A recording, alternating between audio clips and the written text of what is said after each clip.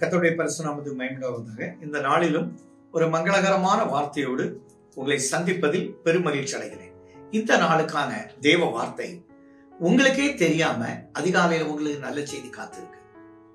கர்த்தர் கொடுக்கிற அந்த செய்தி, அந்த வஸ்து தேனிலிட்ட பணியாரம் போல அது உங்களுக்கு மிகுந்த பலனை கொடுப்பதாயிருக்கும். வாசிப்போம். யாத்திராகமம் 16ஆம் அதிகாரம் 14வது 15வது வசனத்தை வாசிப்போம். யாத்திராகமம் 16, 14, 15.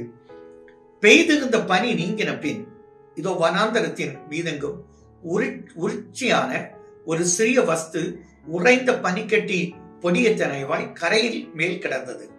இஸ்ரவேல் புத்திரர் அதை கண்டு இது இன்னதென்று அறியாதிருந்தது. ஒருவர் பார்த்து இது என்ன என்றார்கள். அதற்கு மோசே அவர்களை நோக்கி, இது கர்த்தர் உங்களுக்கு புசிக்க கொடுத்த அப்பம். அவங்கதான் கேட்டாங்க, காடையை கேட்டாங்க. கர்த்தர் காடையை, அந்த இறைச்சியை கேட்டாங்க, காடையை கொடுத்தார். காலையில பார்த்தா நல்ல அப்பத்தை கொடுக்கிறார். அப்பமும் இறைச்சியும் எப்படி இருக்கும் பாருங்க. அது சொல்றாரு, பிரசன்னத்துக்குள்ள பனி பெய்திருந்து தேவ பிரசன்னத்துக்குள்ள அது இருக்கு.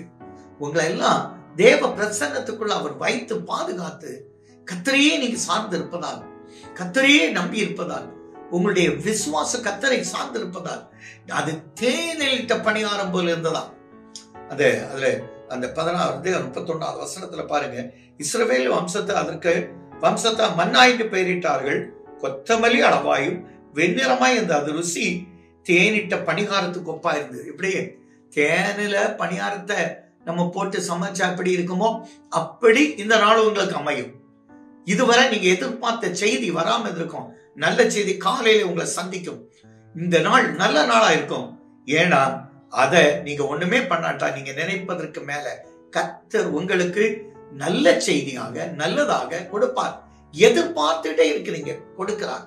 எதிர்பார்த்தது உங்களை தேடி வர. எங்கள் நல்ல தகப்பனே, நாங்கள் எதிர்பார்த்த நல்ல செய்தி, திருமணம், வேலை வாய்ப்பு, பிள்ளைகளுடைய படிப்பில் உள்ள ரிசல்ட், ஆண்டவரே வியாதி நீக்க blood test result, X ray result, இப்படி நிறைய இருக்கு.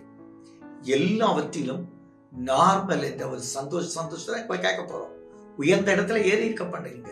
சுகத்தோடு பலத்தோடு நல்ல செய்திகளால் பூரித்து போக கர்த்தர் கிருபை கொடுத்து நன்மை செய்யும் நல்ல பிதாவே. ஆமென்.